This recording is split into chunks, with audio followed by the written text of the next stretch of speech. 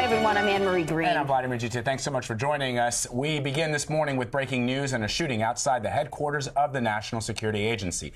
The situation is said to be under control, and the FBI is responding to the scene in Fort Meade, Maryland. This story is ongoing, but we do know there was an SUV stopped at the entrance to the NSA. You can still see bullet holes in the vehicle's windshield from this aerial shot. Justice reporter Paula Reid is following the situation in Washington and joins us now. Paula, what do you know? Here's what we know. Law enforcement sources are referring to this as an incident that occurred at one of the secure entrances to the NSA. At this point, we know that 3 people were injured and that the suspect is in custody. Now, at this point, they say there is no ongoing security threat to the NSA. Both the NSA police and local law enforcement responded to the scene. The FBI is also offering assistance in this, what they are describing as incident. We also know that the President of the United States has been briefed on this situation.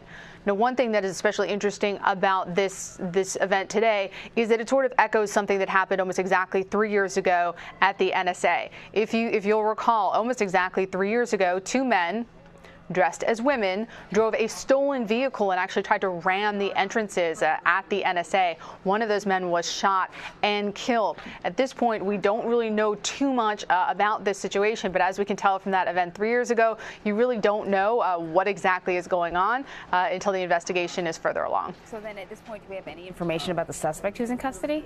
No, we do not. We just don't know anything about them. We do know, however, that law enforcement, they're running criminal background checks. They're doing their due diligence in terms of running counterintelligence checks on this person just to determine, is this some sort of national security threat, or was this something more similar to what we saw 3 years ago, which was just sort of a bizarre incident that happened to occur near a very high-profile government agency. And that's a question that I think a lot of people will have, Paul, as they look at these aerial shots. It's hard for people to see what kind of security measures are in place as you approach the NSA, what kind of measures are in place should you want to visit the NSA, for example, you as a reporter there. Just give us a sense of what it's like, perhaps, as you drive up to Fort Meade, what kind of security checks are in place for you, for example, if you wanted to go and conduct an interview there?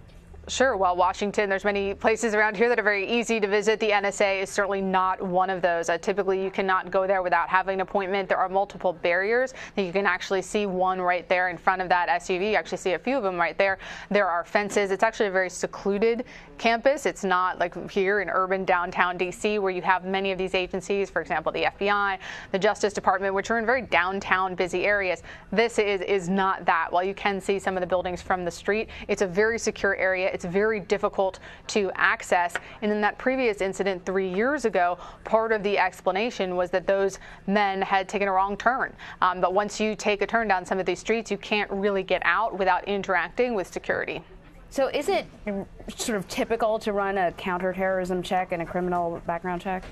I cannot imagine that it is anything but standard practice when you have a vehicle, especially a large SUV, ramming the entrance of a large government agency that deals with national security. One would imagine that that would just be part of your due diligence, because until you know what exactly happened here, you have to run down all of the possibilities. And the first thing that comes to a lot of people's mind is, of course, terrorism or some sort of attack against the government. That certainly came to mind 3 years ago until we sort of peeled back the layers. The investigation uncovered that it was actually just a robbery that had gone horribly wrong.